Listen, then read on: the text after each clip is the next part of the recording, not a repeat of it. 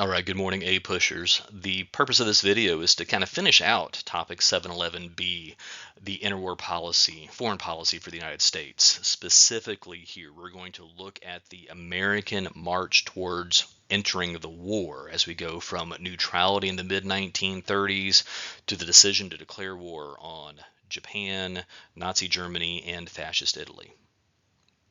Here we go. As we see the rise of fascism and totalitarianism in the 1930s, we need to take a quick catalog of some of the aggressive activity that is taking place. In 1931, Japan launches an invasion of Manchuria, that is in northern China, just to the north of the Korean Peninsula. In 1937, Japan expands their invasion of China to go across the heart of China into the main section of the country. This aggression is really the first foreign aggression that takes place in what's going to become World War II. So in the United States, we think about things as starting in 1941 with the bombing of Pearl Harbor, but for Japan and for China, the war began a full decade earlier. In 1935, Italy launches a successful invasion of Ethiopia on the eastern coast of Africa. This is in part like a renewed attempt to conquer Ethiopia because they had tried this back in the 1890s and had failed. And this was seen as an act of revenge coming from Mussolini, as well as a way to kind of show off a little bit of their military prowess as you move into this time period. Japan and Italy are, kind of relative newcomers to the idea of a major military power, but their aggression does open the avenue for there to be aggression coming from Germany. German aggression in the mid 1930s is a little bit more muted. Germany expands its military presence into the Rhineland, and the Rhineland is the section of Germany inside German borders, but it's on the border between Germany and France. And when they do this in 1936, this is a direct violation of the Treaty of Versailles that declared the Rhineland to be a demilitarized zone. And so from Japan and Italy and Germany, there is a consistent effort through the first half of the 1930s to kind of just sort of test the waters to see if there's going to be a significant reaction from the rest of the world. And the truth is, there's not a reaction for the rest of the world. Western European powers don't take any action because they are more concerned with the Great Depression. And in the United States, there is a growing concern, but there is a strong opposition to taking military action. So you can kind of see some of this, I guess it's a consistent conflict of attitudes in the United States, going back to debates on the League of Nations and going into even debates on the Spanish American War. In 1934, there is a Senate committee led by Gerald Nye, and the Nye committee is investigating the aggression taking place in Japan against the invasion of Manchuria. And they are investigating the causes of World War I, and what they conclude is that the United States entered World War I because of its involvement with foreign nations that were at war, making loans and selling weapons to European powers that were already at war. And so, as a result of this, in the mid 1930s, the United States passes a series of neutrality acts. The Neutrality Acts of 1935 and 36 and 37 are going to it's going to make it illegal for the United States to have any direct involvement with any belligerent nation. So in 1935, when Italy invades Ethiopia, it becomes illegal for the United States to offer any military aid to Ethiopia. And by not stepping in to provide military assistance to Ethiopia, it is essentially giving a little bit of a green light to aggressor nations like Italy to continue this pattern of aggression. This would be, I mean, the 2023 counterpoint on this is the U.S. support that's being given to Ukraine. Imagine the turn of events if there was no outside support given to Ukraine in the face of the Russian invasion. So you can tell, right, that there's going to be a real stark change to this as a result of World War II. But at this point in the 1930s, the official stance of the United States is to maintain neutrality. That said, by 1937, President Roosevelt is starting to express concern and express his caution on this. So in September 1937, he gives what's referred to as the quarantine speech, and he speaks out and he says that there is a need for Americans to take an interest to try to quarantine aggression where it currently exists, to not let foreign aggression go unchecked in other parts of the world. And when he gives this speech, it is exceedingly unpopular. This is still in the throes of the Great Depression. This is the same point in time where the court packing plan is being debated in the United States. The Roosevelt recession in the Great Depression is kind of like settling in, but Roosevelt is very much aware of what is to come it's not true to say that he's aware what's going to happen in the coming years, but his caution in 1937 is seen by a lot of people as a predictor of an awareness of the aggression that was yet to come.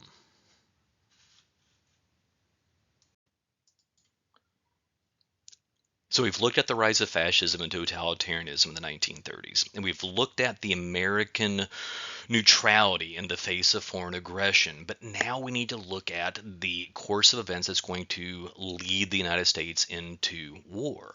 When we left things off in 1936, where this map is showing us here, this is where you have the remilitarization of the Rhineland, which is this section of Western Germany right along the French border. By 1938, the Nazis have acquired Austria, German-speaking people in Austria. This is an annexation without so much as bloodshed. By 1938, going into the spring of 1939, the Nazis negotiate the transition of part of Czechoslovakia to become part of the Nazi state, but then by the spring of 1939, they invade the rest of Czechoslovakia. And so by 1939, there is a real concern that there is going to be a continued state of war going on in Europe. This is heightened by August 1939, when Nazi Germany and the Soviet Union sign an agreement declaring they are not going to go to war against each other. This is essentially an agreement between Hitler and Stalin, even though they are really kind of opposed on some of their philosophical beliefs. They're trying to make it clear to each other that they have no desire to go to war, and this is really interpreted as being a major warning sign for Polish independence. This non-aggression pact is agreed to on August 23rd, 1939, and 1 week later, on September 1st, the Nazis invade Poland, and this marks the outbreak of World War II in Europe. By September 3rd, the British and the French have declared war on Nazi Germany, and there is a state of war all across Europe at this point, which is within 2 decades of the close of World War I. World War II has started. For the American reaction on this, it is still technically neutrality, that the United States is not going to make loans or sell weapons, arms shipments to any belligerent nation. But now there's an exception that's being made to this.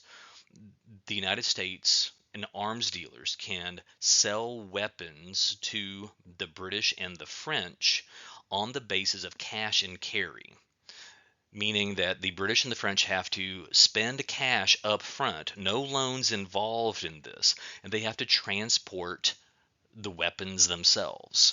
If you think back to World War I, it is the sinking of American ships that helped pull the United States into that war, and there's still a strong desire here to keep the United States out of this war and try to do it by avoiding the same steps that were conducted back in 1917. So cash and carry is the rule of the day going through the end of 1939 into 1940. In 1940, there's look, Poland falls in a matter of 3 weeks, and then there's a period of 6 months where there's no real military activity that's taking place. That changes starting in April. Nazi Germany launches an invasion against Denmark and Norway. There is not a lot of military resistance in either one of these cases, although in Denmark they do manage to maintain a strong level of resistance against the Nazis, and particularly their policies related to the Holocaust that we will talk about in a later section of notes. But by April, going into May of 1940, the Nazis really haven't faced any kind of real opposition. In May, the invasion by the Nazis expands over to the Netherlands and Belgium, and by June, the invasion continues into France. And it's at this point that, well, by the end of June 1940, the French surrender, and what you see left in this is a state of war in Europe, really just between Nazi Germany and the British. Spain is not involved. They are in their own civil war that is kind of winding down, and they are becoming a fascist dictatorship.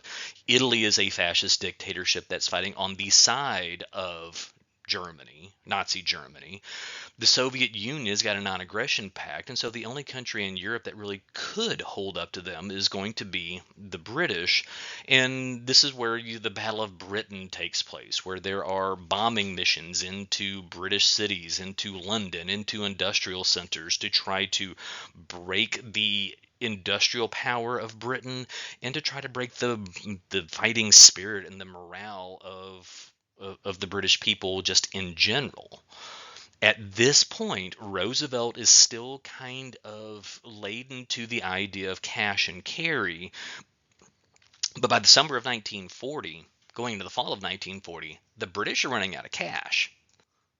So Roosevelt secures permission to send some World War I surplus destroyers that are they're in the process of being decommissioned, sending those to the British as a form of naval support.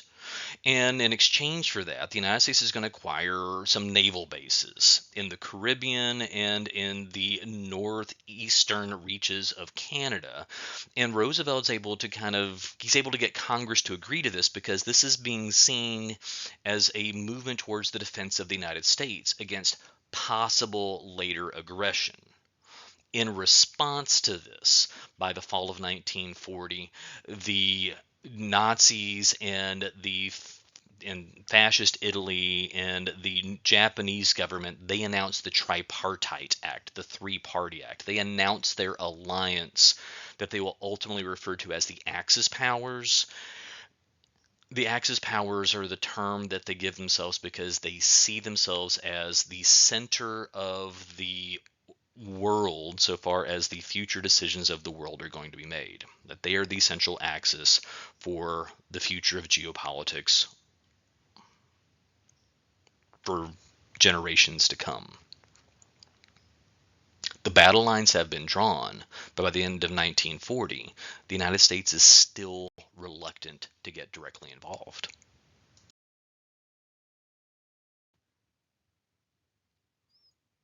By 1941, there's a clear change of tone that Roosevelt takes, and even when he speaks about the war in Europe. Now that he has secured re-election for a third term, he is talking more about the need to defend American allies, but he does this in the mindset of telling people that this is really about trying to defend the United States. And so starting in the spring, he starts talking about the need to increase the support towards American allies in fighting the war. And at this point, the focus is really on the British. So in April 1941, Congress passes the Lend-Lease Act. This is the next step of American involvement, going beyond cash and carry. This authorizes the United States government and American businesses to offer support in any way they can to any nation whose defense is vital for the defense of this country. And by that, they really do mean the British, as well as anybody else that might be fighting Nazi Germany. So this isn't like cash and carry. This is like you lend it, you lease it, you give the materials to these other parts of the world in support of an American defensive effort.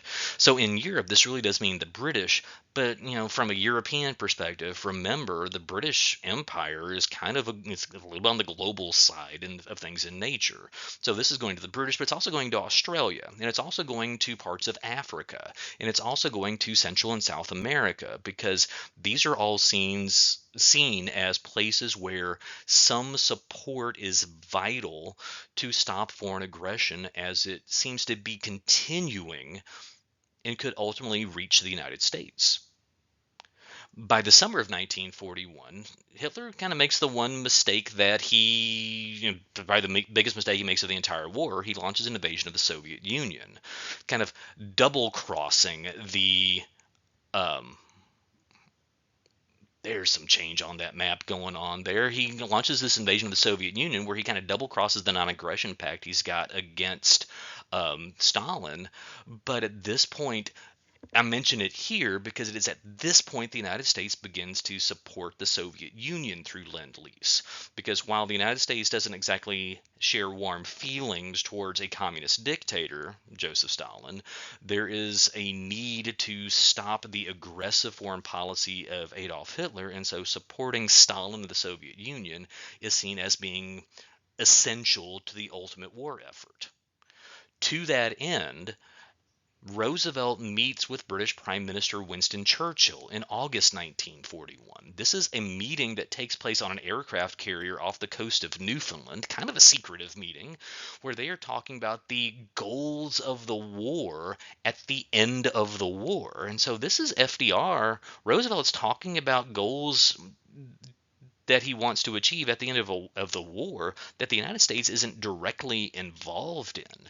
And so this is really kind of the status of things as you look at this going towards, the war in Europe. Meanwhile, with the war in Japan, since Japan has announced an alliance with Nazi Germany, the United States' action against Japan is to put in place an embargo against Japan. Japanese trade, Japanese assets in the United States, everything is frozen, where there is no economic interaction that's really going on. And going through the summer into the fall of 1941, the Japanese and the United States are holding negotiations about what will it take to ease this embargo. And the United States' stance on this is clear, that the only way that they would ease the embargo is if Japan relinquishes its territories it has acquired in Asia and in Southeast Asia and across parts of the Pacific up to this point. What's really not known while these negotiations are going on is that in Japan there are already plans underway to launch the attack across the Pacific, specifically, launching the attack on Pearl Harbor on December 7th, 1941. And when this attack is launched on Pearl Harbor, it represents one of the deadliest days in American history, where when the attack comes in, there are over a dozen ships that are sunk in the harbor in Hawaii, leading to the death of upwards of 3,000 men. There are close to 100 planes that are destroyed while they are still on the ground at the airport. It's not just an attack at Pearl Harbor. This is an attack that takes place across the Western Pacific, and this was an attack that was designed to be a knockout blow for the American naval force in the Pacific. And it would have done so, except the American aircraft carrier fleet was not in Pearl Harbor at that point. They were out to sea on maneuvers. Be that as it may, it's going to take months for the United States to recover militarily from this attack. But idealistically, insofar as attitudes about the nation's role in the world, everything seemed to change overnight. The attack on Pearl Harbor led to a near unanimous decision in the United States to declare war against Japan, and within a matter of days to also declare war against Nazi Germany and fascist Italy. And so the United States is going to fully enter into this war, not just in Europe, but also in the Pacific. The United States is entering into World War II.